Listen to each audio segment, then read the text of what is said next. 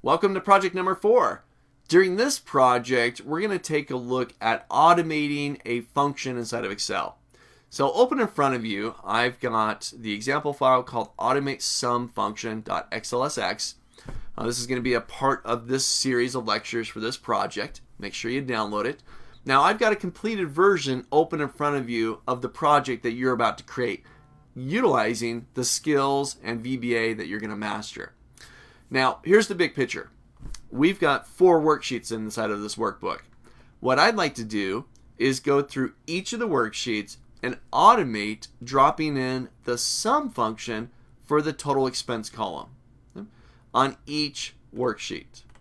Now, one of the issues that we're going to talk about here is each worksheet, although there's consistency in it, such as the F column contains the total expense on every worksheet, the amount of data, so where the calculation should go to and how many rows it should calculate, is different.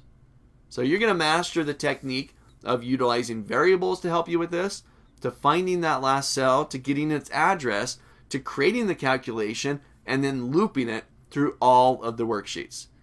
Now let me show you what this looks like. I've already got a completed file right here. I'm going to hit a button and it's going to do all of that for me. So I'm going to go up to my Developer tab. I'm going to go to Macros. I've got a procedure in there that you're about to create called Automate Sum, and I'm going to go ahead and run it. And this is quick, and I'm done. Now every worksheet now has the calculation,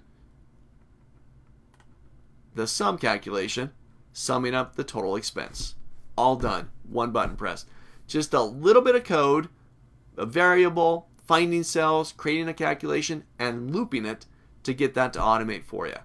So get ready for this. This is our next project, and you're going to master some key concepts of Excel VBA.